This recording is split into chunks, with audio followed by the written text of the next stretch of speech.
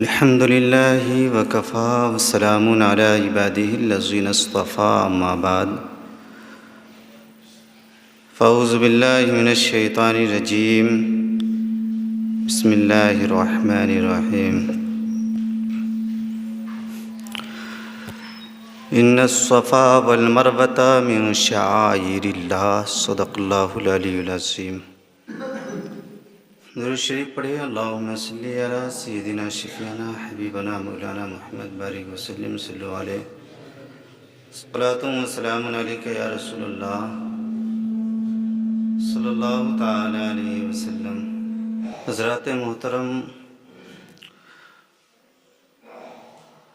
قرآن مقدسہ کہتا ہے ان الصفا والمروہ من شعائر اللہ،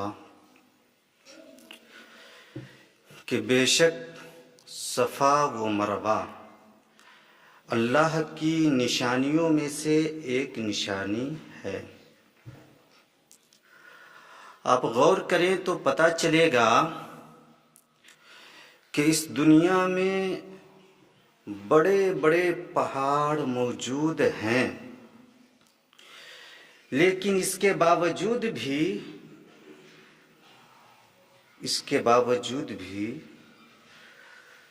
صفا و مروہ کی پہاڑیوں کو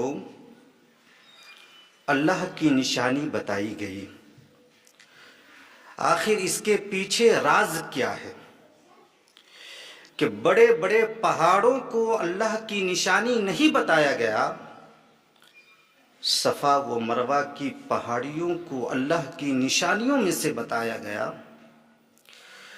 اس کے پیچھے راز کیا ہے؟ تو سنیں، اس کے پیچھے راز یہ ہے کہ یہ پہاڑی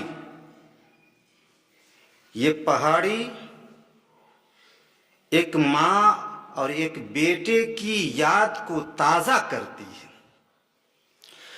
یعنی صفا و مروہ کی پہاڑیاں حضرت ہاجرہ رضی اللہ تعالی عنہا اور حضرت اسماعیل علیہ السلام کی یاد کو تازہ کرتی ہے. اس لیے یہ اللہ کی نشانیوں میں سے ایک نشانی بن گئی ہے، اور اس کی صحیح حجاج کرام کے لیے واجب ہے. حضرت ہاجرہ کو پانی کی ضرورت تھی، تب انہوں نے دورہ کیا صفا سے مروہ، مروہ سے صفا. لیکن رب کو یہ ادا اتنی پسند آئی کہ اللہ رب العزت نے تمامی حجاج کرام پر یہ واجب فرما دیا کہ جب بھی تم آؤ یہاں حج کے لیے یا عمرہ کے لیے، اس پہاڑی کی سعی کرو، صفا و مروہ کے درمیان دورہ کرو، اس لیے کہ یہ پہاڑیاں میرے نیک بندے اور اس کی ماں کی یاد کو تازہ کرتی ہے. سبحان اللہ! ایک پیغمبر اور اس کی ماں کی یاد کو یہ پہاڑیاں تازہ کرتی ہیں.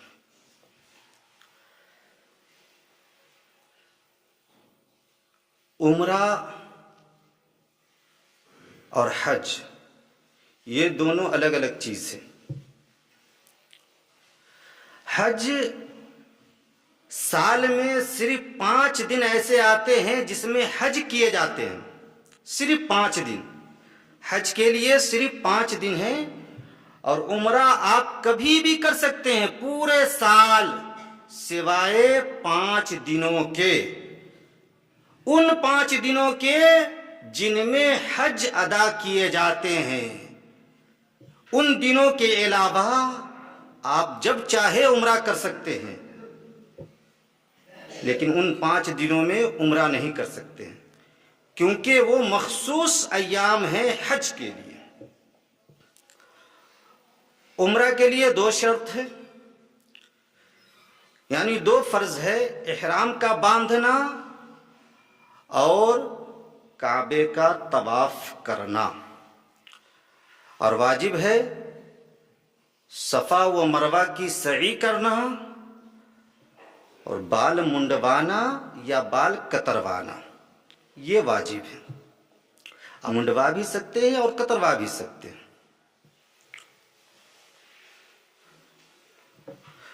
عمرہ کرنا یہ فرض اور واجب نہیں ہے، یہ سنت ہے. عمرہ کرنا یہ سنت ہے. اور جو بھی حجاج کرام جاتے ہیں، چاہے وہ حج کے لیے جاتے ہو یا عمرہ کے لیے جاتے ہو، جب وہ کعبے کا طواف کرتے ہیں تو حجر اسود کو چوم کر اس کی شروعات کرتے ہیں. یعنی حجر اسود کو بوسہ دینے کے بعد ہی کعبے کا طواف شروع ہوتا ہے. یہ حجر اسود ایک کالا پتھر ہے جو جنت سے لایا گیا ہے، جنتی پتھر ہے. ہم پتھروں کو چومتے نہیں ہیں سوائے ان پتھروں کو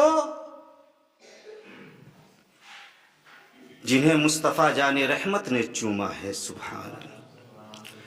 جن پتھر کو مصطفیٰ جان رحمت نے بوسہ دیا ہے، صرف اور صرف ہم انہی پتھر کو چومتے ہیں، ان کے علاوہ کسی پتھر کو نہیں چومتے.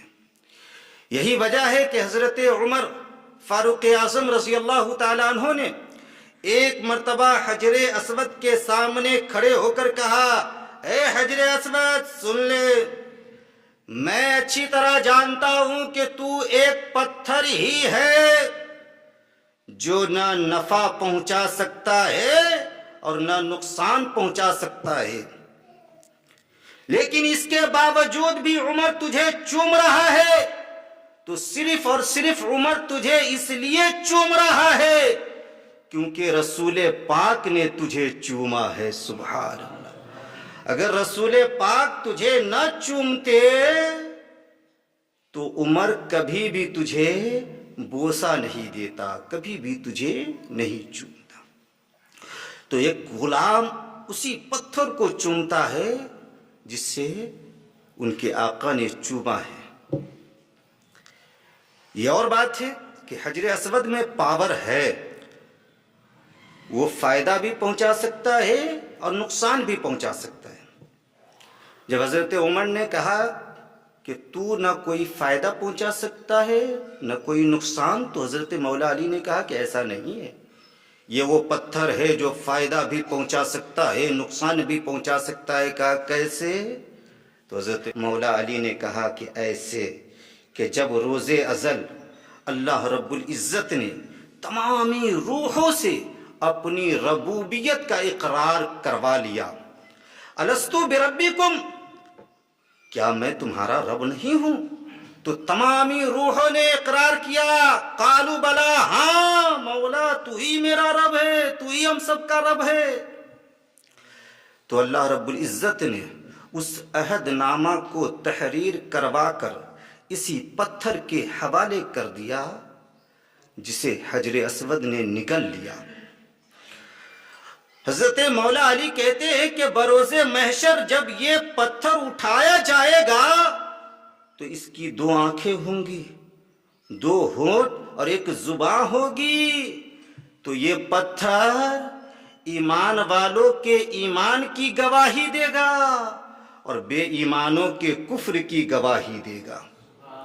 تو اس طرح یہ پتھر صاحب ایمان کو فائدہ پہنچائے گا اور بے ایمانوں کو نقصان پہنچائے گا. ہم اسی پتھر کو بوسہ دیتے ہیں وہاں پہنچنے کے بعد جسے رسول پاک نے چوما ہے. من زار قبری وجبت لہو شفاعتی،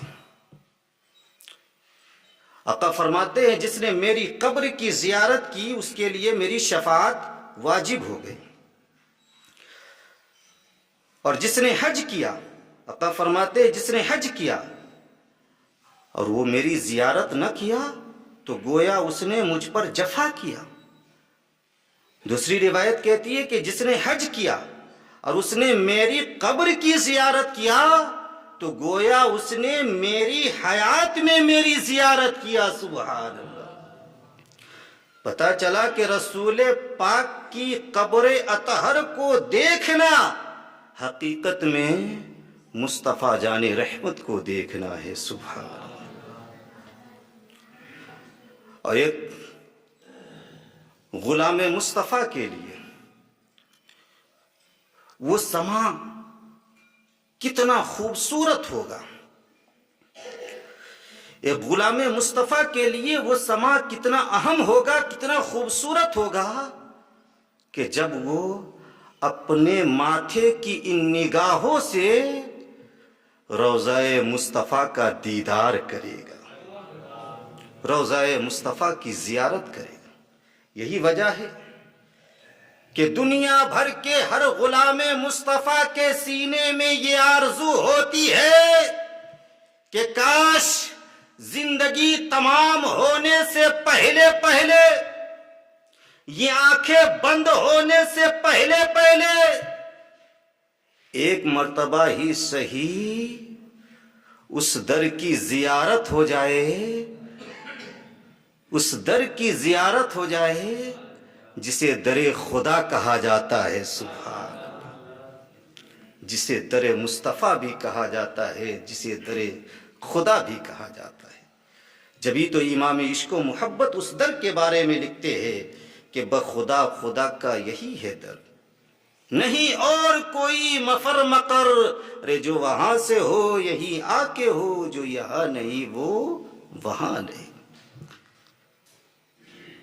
ہر غلام مصطفیٰ کی یہ آرزو ہوتی ہے کہ کاش اس در حبیب کی زیارت ہو جائے کہ جن کے لعاب دہن کے صدقے کبھی حضرت ابو قتادہ رضی اللہ تعالی عنہ کی آنکھیں ٹھیک ہوئی, جن کے لعاب دہن کے صدقے کبھی حضرت مولا علی کی دکھتی ہوئی آنکھیں درست ہوئی, جن کے لعاب دہن کے صدقے کبھی کھاری پانی میٹھا ہوا, جن کے لعاب دہن کے صدقے کبھی حضرت ابو بکر کے پاؤں سے سانپ کا زہر دور ہوا, جن کے لعاب دہن کے صدقے کبھی حضرت جابر کے کھانے میں برکت ہی برکت پیدا ہوئی.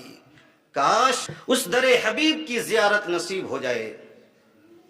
جبھی تو شاعر کہتا ہے دکھا دے یا الہی وہ مدینہ کیسی بستی ہے, دکھا دے یا الہی وہ مدینہ کیسی بستی ہے, جہاں پر رات دن مولا تیری رحمت برستی ہے, جہاں پر رات دن مولا تیری رحمت برستی ہے. وہ مدینہ جس کے بارے میں اعلیٰ حضرت لکھتے ہیں کہ غور سے سن تو رضا کعبے سے آتی ہے صدا, غور سے سن تو رضا کعبے سے آتی ہے صدا, کہ میری آنکھوں سے میرے پیارے کا روضہ دیکھو, میری آنکھوں سے میرے پیارے کا روضہ دیکھو. اور اسی عاشق صادق کی یہ پکار کہ جان و دل ہوش و خرد سب تو مدینے پہنچے, تم نہیں چلتے رضا ارے سارا تو سامان گیا, تم نہیں چلتے رضا سارا تو سامان گیا. جب اس در پر کوئی پہنچ جاتا ہے تو خالی ہاتھ نہیں آتا. در رسول سے اعراض کیا نہیں ملتا, در رسول سے اعراض کیا نہیں ملتا, پلٹ کر آیا نہیں خالی کوئی مدینے سے, پلٹ کر آیا نہیں خالی کوئی مدینے سے. حاجیو آؤ شہنشاہ کا روضہ دیکھو, کعبہ تو دیکھ چکے کعبے کا کعبہ دیکھو.